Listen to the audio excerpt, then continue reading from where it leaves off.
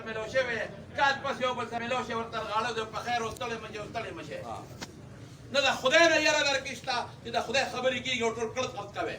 نه د پیغمبر نه حیا درکې شته چې د پیغمبر خبرې کېږي او ټول کړت قلط کوي کم از کم د خدای او رسول نه خو حیا وکړې جنازې له چې راغلی په اطمینان کښېنه چې جنازې ته څومره تاسو دلته انتظار کوئ دومره خدای اجر درکوي خو د خدای رضا ستاسو نیت کې نشته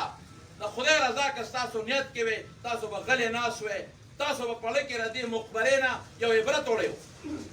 تاسو مقصد صرف غم خادي د دې ماله راغلی زه به تاله راځم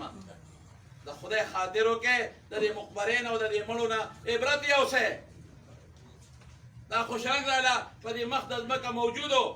منزله روانو دا دې لاړ دقسې به تاسو هم د خاورو لاندې به شئ یا به څه کوئ مستی مه کوئ د خدای خاطر وکړئ خدای ته رجوع کړئ خدای ته توبه وباسئ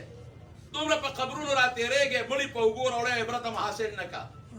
بس هر یو سړی په منډه دی شاب او جنازه او زر او منډه او ترړه او دا دی هغه دي د خدای نه ویرېږئ د خدای بندګان یې د خدای قهرونه در باندې څونه نازل شو بیا هم د خدای نه یره ستاسو په کې نشته هر یو کور کې د خدای قهر پروت دی داسې بیماران درته پراته دي چې په شفا او په دغه پسې شوکت خانم پسې ګرځوي او علاج یې نشته او په مقدمو پسې پراته او په دشمنو کې سر یې د خدای نه یره وکړئ چې مقبرې ته راشئ مړی چې په اوږه راوړی د خدای نه یره وکړئ چې نن دې ما په اوږه راوړو سبا به زم په پردو اوږو راځم د مقبرې نه عبرت والی د دې مړو نه عبرت والی مستي مه کوئ ګورئ که د خدای قهر راغی او خدای راونوی قسم په خدای که د یو ماشي مقابله تاسو وکړئ یو ماشي مقابله نشئ کولی مقبرې ته چې راشئ په اطمینان کښېنئ خبرې زه راتلم مولوي صاحب لګیا و دلته یې تقریر کوو تاسو هلته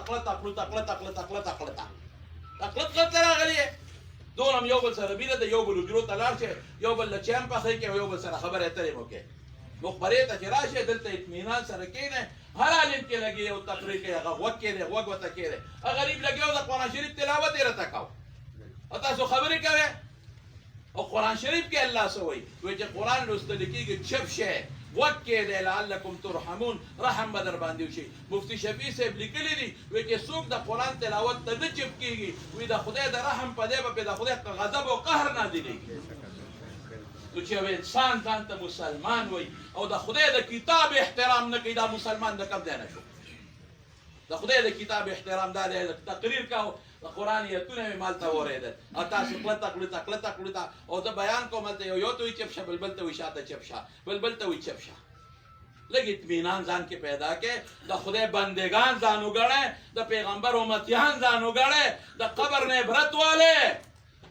مرګ ومنئ د خدای نیکبختیانو نور څونه عذابونه در باندې راشي زلزلو ووالئ سیلابونو ووالئ بیمارو ووالئ پلارانو